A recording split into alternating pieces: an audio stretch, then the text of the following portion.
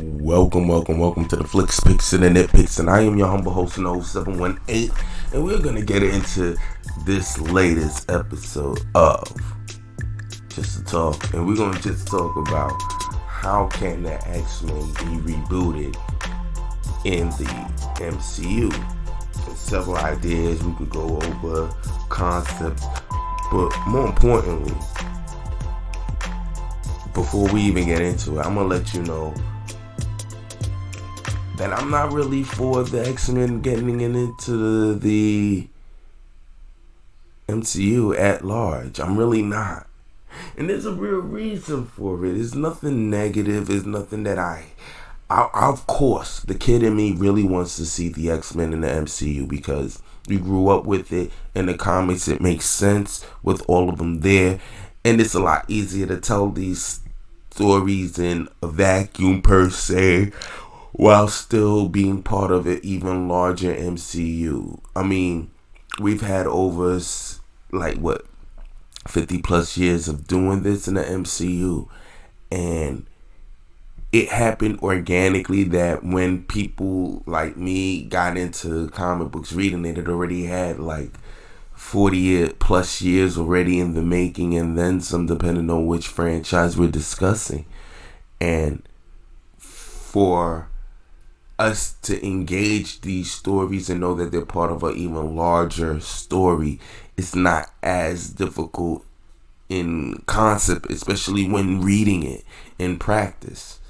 But now when you're showing a cinematic universe with the uninitiated and those that are only recently initiated, then you'd have to explain, especially when you get the visualization, that where these other characters were the whole time. Now, there's several incidences in which you can kind of make it work, but you need earth-shattering, world-bending concepts like folding universes over, the likes of which where you see Crisis of Infinite Earths, things of that nature. You need big events to kind of make it work. Now, there's other alternatives that the movies have taken liberties on storytelling because, well, one, sometimes it's too outdated to go with the original canon, because a lot of the canon in the comics actually go back to actually real things that have happened. So you're going to have to change up certain things, like i.e. Magneto cannot realistically be of the Holocaust as he was in the comics. He could not have been there. I mean, unless we're going to literally start him in a wheelchair. And you can't start a franchise off with Magneto in a wheelchair. He's not immortal. I mean, present continuity, you know what I mean, aside in terms of what's going on in Krakoa, if you've been reading the comics, etc., but that's a tale for another day. But like I said, you need things like that to happen, and even then with that, you will take away certain things from these characters that you don't want to start engaging with. Like, you don't deal with Krakoa until you've had this X-Men universe operating for 10 plus years. You don't want to go to Krakoa. You don't need to. The better stories are in Krakoa. That's something when you want to make a radical move.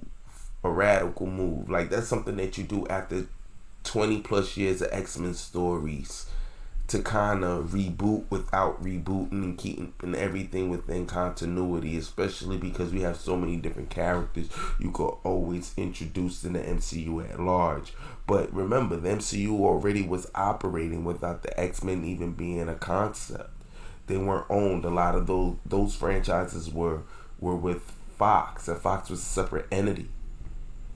So for me, I would have loved to continue seeing what the Fox universe was doing, even though I get mad at a lot of simple continuity errors that could have been mapped out prior to make a more connective tissue experience. Because even when they went back and did X-Men First Class, they started off very well.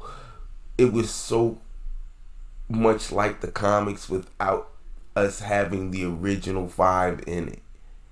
And then all of a sudden, you go into Days of Future Past, a beautiful way to merge old and new and then reset the whole universe. Then you go into X-Men Apocalypse and you guys drop the ball, narratively speaking. You ruined an excellent character as Apocalypse. And you know what? There's so much we can get into with that, but we'll save that for a lesser day. But they really dropped the ball on a very prolific character that I think Apocalypse should have been a 3-part entity onto its own. You don't introduce him in the 80s. You just don't. And if you were going to, not like that. That should, to be honest, Apocalypse should not have been the first real battle these guys have dealt with in the 80s as kids. You're not supposed to meet him until much later, and if you wanted to do it again, there were better ways to go about it where you didn't have to make them head up against him. You could have made them fight one of his 4 horsemen. You know, that could have been a better narratively speaking, so you could have a build up towards Apocalypse and also really get into his storyline and his history. Again, could have been done and handled way better. But that's my problem, because we're so fixated and going to Apocalypse that you can't give a good quality story of the character. We want to get so quick into a lot of bigger storytelling. So when you get to the Phoenix story, which was, for what I understood, was supposed to initially be a 2-parter, if I'm not mistaken, you lose a lot of cachet because you're so quick to get to the big story that you do not, a lot of the relationships have yet to been earned.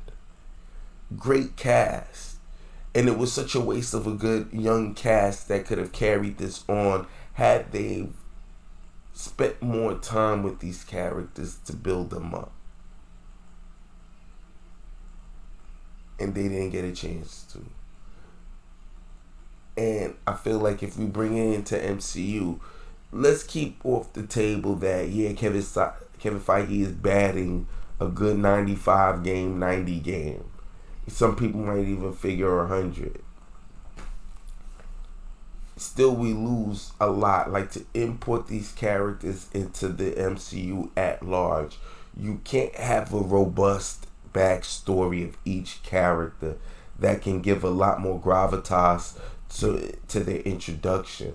All these characters have already lived and had their set stories that we can't add the mutant nuances to it, because as some people believe, we could utilize the snap as initiating all the mutants. So how can an old man Xavier exist unless she's going to be a child, where you can give him time to grow and be one of the best psychics out there? He can't just wake up and this happens. Let's say it happened during the blip. For the past 5 years, he's become the best, that he can actually seek out all of the mutants. It takes a lot away from if you was to introduce him even at the young age of 35, a young Xavier. He's been doing this for 20 plus years, learning how to adapt and grow and the inadequacies of being a mutant and all of that weight that you would need. So when he comes across a kid and he tries to explain to them that you're made just perfect the way you are, and how the world will treat you, how can he speak on the world when for the past 5 years, and then we've already had a Hulk running around, we've already had superheroes running around, we've already seen Thanos. Why are they afraid of mutants? You have to really go out of your way to explain why that would be the surprise, unless you go into the mutants that have the most physical anomalies. And even then, at this point, they've already seen a Hulk. What would make them all of a sudden fear mutants to the degree that they would actually create Sentinels to cull them? You know what I mean? To sequester them. There's so many great ways to do it, especially for the world that we live in today, when talking about people just being naturally who they are, and you can't be allowed to live like that. You have to have papers just to exist in normal society because we're afraid of the unknown. This is something that we could really tap into very well, but it'd be hard pressed to sell that if, with already over 10 years of superheroes already existing in the MCU at large. And this is why I'm not really a fan of seeing the X-Men rebooted in the MCU. I don't want to lose all the backstories that are natural to these characters that can really bring a lot more vertices, a lot more nuance, a lot more to these characters, so that when they start cross-pollinating and intersecting amongst each other, that you have a multitude of backstory that now that these characters are already lived in, when they meet each other, boom, all their stories cannot really be told if all of them just had their mutants within their powers within the last 5 years. You'd have to really kind of be like, all right, well, now they're mutants. And then unless you do some earth-shattering thing to fold universes into each other, this is why I do believe that it would serve the characters a lot better, the mutants, the X-Men, the lore, a lot better had they engaged these characters from a standpoint of they've already been around and we're entering them in the middle of where they are today. They already are the pariahs of the United States, many of which are already hiding their powers. A lot of the younger ones now that are entering puberty, that are experiencing their powers for the first time through heightened levels of anxiety, and which a lot of kids, especially of that high school and maturity age where you hit puberty, do experience. Why lose all of that just so we can say we can see the X-Men and all these other characters interact? Unless they're in a separate universe, and then you could use a Secret Wars event where you could cross them over in certain ways. The X-Men universe should have its own Kevin Feige, its own overarching arcs and huge stories that they would want to tell onto its own, as to not interfere with what's already been set in the MCU. I think it would make for better storytelling and less having to figure out, all right, how can we tell that story legitimately when we're now already working on a Young Avengers. These are kids. Now you have kids going through puberty, experiencing this. This should be probably one of the coolest experiences to be had, because now that they can be employed, have a potential to be employed by the Young Avengers. It's like it again.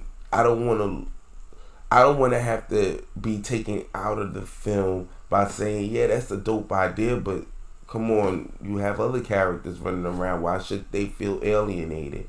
Like if all mutants are popping up, you could get the Hulk to have his own school for the mutants and teach kids how to feel comfortable in their own skin. For God's sake, Professor Hulk is just walking around like that. We have a She-Hulk series that's just about to pop out, where if She-Hulk operates the way she does in the comics, she's always in Hulk form. However, and she's a lawyer. How are you going to have a lawyer in Hulk form existing and walking around and then say that we're afraid of mutants and we hate them, get them muty, and all of the rest of it? It's just going to be a hard pill to swallow. Like, it'll be like you have to explain why they would be the pariah, why they would be the scapegoats all of a sudden when we have all these other different type of characters that has been existing and that's walking around right now. I think it will behoove them to make a separate universe, unless you would have started the MCU with the X-Men and then started bringing out all the Avengers through it. Now you could do a lot with the multiverse of madness to make it work when you're dealing with a wizard. So with Doctor Strange, I think that's the only way you could usurp all of that, but then it'll make you look at Infinity War different. You'd have to say that he folded universes that already existed, so now their histories has to exist simultaneously with them. That means that we can't really have too much flashbacks without having to explain where the mutants were during this time, so that now when we look at Infinity War, we'd have to look at it with a new lens. That could be a little bit jarring. I think it's possible to do that, but it's all about looking back at the other films now. You have the films moving forward would have to self-insert mutants in the backdrop and make it make sense without spending the whole film trying to make it make sense, if that makes sense. So again, it's going to be very difficult to try to import these characters into pre-existing universe that was already designed with them not even existing as it stands. So again, I don't know if the only thing that you can do to import is is other characters that are not mutants, a la the Fantastic Four, which we already know is going to be the next one that they're going to engage with. I think we haven't been talking about the X-Men, or as it were, the mutants, which is supposed to be the first film coming out. I don't think we're talking as much about it because I think that that's been the uphill battle. It's easy to go with Fantastic Four, and we could figure out the X-Men in the Phase 5. But don't be surprised if you don't see the X-Men. You will see the X-Men probably in its own separate universe. Now, I haven't seen the Eternals yet. I've heard that before the film came out, a lot of people thought that's how that they were going to insert the mutants. From what I've heard, they've kind of left the window open for that. But again, I don't know if that's a window that they decide on actually going through, because again, like I said, you lose a lot of weight of pre-existing historical notions that you will want to already existed outside of what the camera lens can tell you, to bring weight to the world that they existed, so you can buy into the fact that they are the pariah of society. And I just don't see how they're going to be able to sell you on that kind of optics when you've already had a Hulk running around in the universe amongst other characters. It's just going to be real difficult to sell people on that kind of concept and the weight of everything that goes on in the X-Men, because they are not human, as it were. They're more than human. They're mutants. They're genetic mutations. The next